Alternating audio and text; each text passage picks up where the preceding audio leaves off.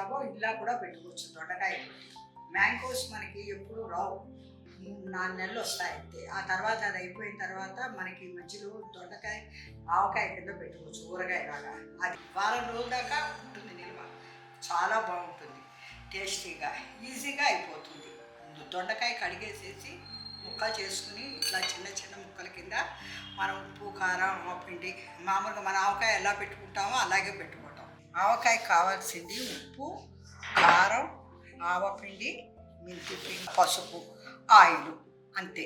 వీటితో అయిపోతుంది, ఈజీగా అయిపోతుంది ఈ పికిల్ చేసి పెట్టుకోవడం.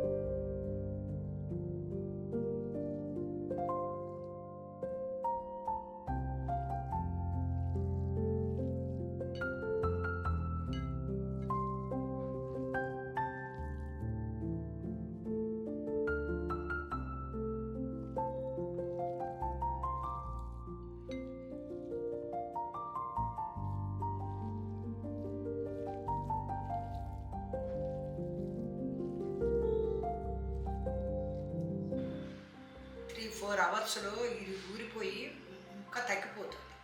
తగ్గిపోయిన తర్వాత పిండి అంతా ఇవతలకు వచ్చి సమానంగా అప్పుడు సరిపోతుంది అనమాట ముక్క పిండి. ఈ ఊరగాయ కనుక మీకు నచ్చితే ఈజీ బై ఛానల్ సబ్స్క్రైబ్ చేసుకోండి, చాలా బాగుంటుంది.